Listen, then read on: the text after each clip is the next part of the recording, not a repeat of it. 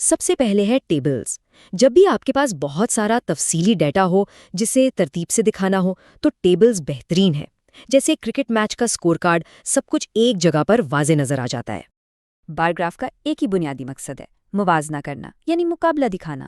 مثال کے طور پر 4 مختلف موبائل کمپنیوں کی سیلز کا موازنہ کرنا ہو تو بار گراف فوراً بتا دے گا کہ کون آگے ہے۔ پکٹر گراف بھی ایک طرح کا بار گراف ہی ہے، لیکن یہ زیادہ دلچسپ ہوتا ہے۔ اس میں بارز کی جگہ تصویریں استعمال ہوتی ہیں۔ جیسے اگر کتابوں کی فروخت دکھانی ہو تو بارز کی جگہ کتابوں کی تصویریں بنا دیں۔ جب بھی کوئی چیز وقت کے ساتھ بدل رہی ہو، جیسے پچھلے 1 سال میں ڈالر کی قیمت میں اتار چڑھاؤ، تو اس ٹرینڈ یا رجحان کو دکھانے کے لیے لائن گراف سے بہتر کچھ نہیں۔ پائی چارٹ صرف اور صرف تب استعمال ہوتا ہے جب آپ نے کسی ایک پوری چیز کے حصے دکھانے ہوں، جیسے ایک پیزا کے سلائسز۔ یہ دکھانے کے لیے کہ آپ کی تنخواہ کا کتنا فیصد کہاں خرچ ہوتا ہے، پائی چارٹ بہترین ہے۔ جب آپ کو کسی چیز کی بالکل اصلی حقیقی شکل دکھانی ہو تو ظاہر ہے آپ تصویر یعنی فوٹوگراف استعمال کریں گے، جیسے کسی on line store per product کی اصل تصویر۔ ڈرائنگز کا فائدہ یہ ہے کہ یہ حقیقت سے زیادہ وضاحت پر زور دیتی ہیں۔ جیسے سائنس کی کتاب میں انسانی دل کی ڈرائنگ وہ اصل دل جیسی نہیں ہوتی، لیکن اس کے حصوں کو زیادہ واضح طور پر دکھاتی ہے۔